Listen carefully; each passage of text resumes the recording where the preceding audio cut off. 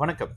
நமக்கு எண்கணித ஞானத்தையும், வேத ஜோதிட ஞானத்தையும், ஆன்மீக ஞானத்தை வழங்கிய அனைத்து குருமார்களுக்கும் நன்றி. அதே வேளையில் இது ஒரு ஜோதிட விளக்க வீடியோ. விருப்பம் உள்ளவர்கள் தொடர்ந்து பார்க்கலாம். ஒரு கேள்வி. அண்டர்ஸ்டாண்ட் டிலே மேரேஜ் ஜாதகம் Shani Sevvai Rahu in second seventh eighth from லக்னம் or ராசி. How about people who never get married? How will be their ஜாதகம்? ஓகே, இது வந்து நான் ரெண்டு மாதிரி சொல்றேன். ஓகே, ஜாதகத்தின் அடிப்படையில் திருமணம் அப்படின்னு சொல்றது வந்து தாம்பத்தியம் தான். ஓகேங்களா? அப்ப தாம்பத்திய பாவகம் அப்படின்னு சொல்லப்படக்கூடிய 7, 11, 3ஆம் பாவகம் சுக்கிரன். இந்த பாவகங்கள் எல்லாம் சனி செவ்வாயால பாதிக்கப்பட்டிருக்கு. சுக்கிரன் சனி செவ்வாய் அமைப்புகளோட பாதிக்கப்பட்டிருக்காரு அப்படின்னா ஒருத்தருக்கு தாம்பத்தியம் நிராகரிக்கப்படுது அப்படின்ற மாதிரியான விஷயம் வந்துடும். ஆணா இருந்தாலும் பொண்ணா இருந்தாலும். ஓகேங்களா? ஆணா இருந்தா பெண்ணை புரிந்து கொள்ள முடியாத ஒரு அமைப்பு அப்படின்னு வந்துடும். பெண்ணா இருந்தா ஆணை புரிந்து கொள்ள முடியாத ஒரு அமைப்பு அப்படின்னு வந்துடும். இதற்கு அடுத்த நிலையில கல்யாணம் பண்ணோன்னே என்னங்க கிடைக்குது? உங்களுக்கு குழந்தை கிடைக்குதுல்ல, 5ஆம் பாவகம் கெட்டு போயிருக்கும். ஓகேங்களா? 5ஆம் பாவகமும் பாவக அதிபதியும் குருவும் கெட்டு போயிருப்பாங்க. அடுத்தது குடும்பம் கிடைக்குது. 2ஆம் இடம் இதுல தான் அந்த இடம், அந்த 2ஆம் இடத்தை மென்ஷன் பண்றோம் பாருங்க. 2ஆம் பாவகமும் கெட்டு போயிருக்கு. குடும்பம் அவருக்கு அமையவே இல்ல. இப்போ இன்னொரு புது கலாச்சாரத்துக்கு நம்ம வந்துட்டோம். என்ன கலாச்சாரம்? Living together. இது நம்ம எப்போதும் சொல்ற மாதிரி இருக்கிற நாடு, தேசம், கலாச்சாரம், இப்ப இருக்கக்கூடிய காலகட்டம் இதுக்கு ஏத்த மாதிரி தான் அந்த விஷயம் பார்த்தா, இதுல இந்த லிவிங் டுகெதர்ன்றது கிட்டத்தட்ட நீங்க வந்து கல்யாணம் பண்ணணும், தாலி கட்டணும் அந்த அவசியமே இல்ல.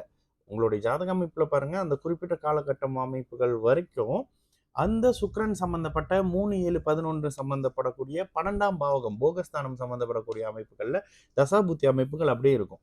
அது திருமணமா போகுது அப்படின்றாக்கா, முதல்ல என்ன 2 பேரும் லக்னம் ராசி சுபத்துவமாக இருக்கும். நேர்மையான, முறையான, டீசனான, ஓகேங்களா?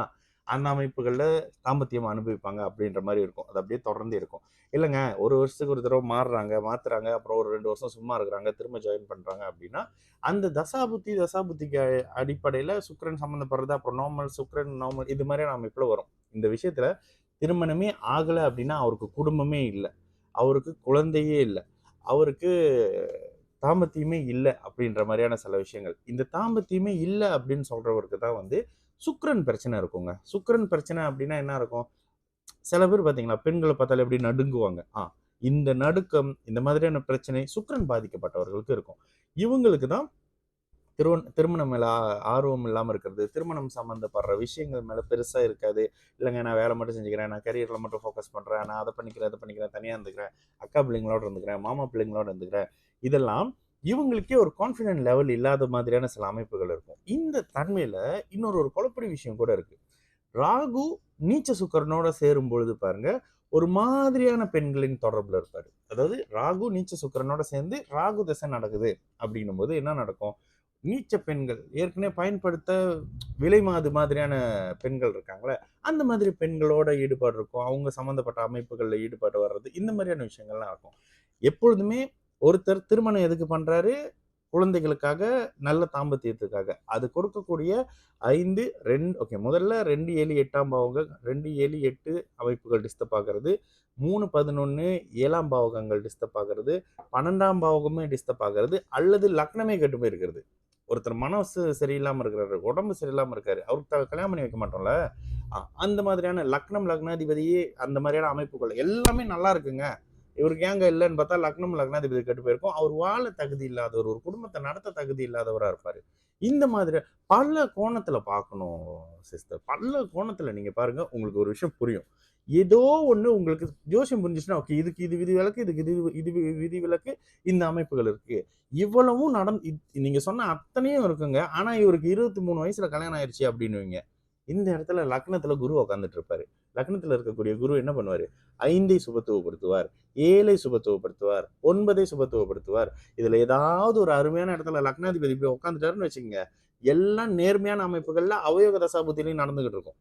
குரு வரும்போதே குழந்தையை கொடுத்துருவாரு. குரு வரும்போதே திருமணத்தை கொடுத்துருவாரு. 5, 7ஆம் பாவகங்கள் ஆக்டிஃபை பாக்கியங்கள் கிடைக்கும். என்ன பெரிய அளவுக்கு சாதனையாளரா இருக்க மாட்டாரு. சுமாரா ஒரு குடும்பத்தை நடத்திக்கிட்டு இருப்பாரு. லக்ன சுபத்துவம் அடிக்கடி சொல்றோம்ல. இந்த லக்ன சுபத்துவம் சகல நெகட்டிவையும் மாத்தும். ஒருத்தர் நோய்வாய்ப்பட போறாருங்க. 6ஆம் பாவகம் வந்துருச்சு. ஓகேங்களா? அந்த 6ஆம் பாவகத்தோட நெகட்டிவ அவர் மீளவே முடியாத நோயில அப்படியே போக போறாரா? இல்ல ஒரு 2 வருஷத்துல ஒரு மாரி இருந்துட்டு திரும்ப எழுந்துச்சு வர போறாரா? இது 6ஆம் அதிபதி இதை முடிவு பண்ண மாட்டாரு. லக்னமும் லக்னாதிபதியும் முடிவு பண்ணுவாங்க. லக்னத்தின் பலத்துக்கு ஏற்ப தானே உங்களுக்கு கடன் வருது. உங்களுக்கு 10 வெள்ளி கடனா, 20 வெள்ளி கடனா, 10,000 வெள்ளி கடனா, 1,00,000 வெள்ளி கடனா, 10 கோடி கடனான்றத உங்களுடைய லக்னம் தானே டிசைட் பண்ணுது. இந்த லக்னத்தின் பலத்தை வச்சு கணக்கு பண்ணுங்க. எல்லாமே உங்களுக்கு புரிய வரும். சரிங்களா? இப்போ கல்யாணமே ஆகாதவர்ல இருந்து கடன் நோயாளி வரைக்கும் வந்துட்டோம் அந்த ஒரு வீடியோலயே. ஓகே, நல்லது நடக்கும். எல்லாரும் நல்லா இருப்போம். வணக்கம்.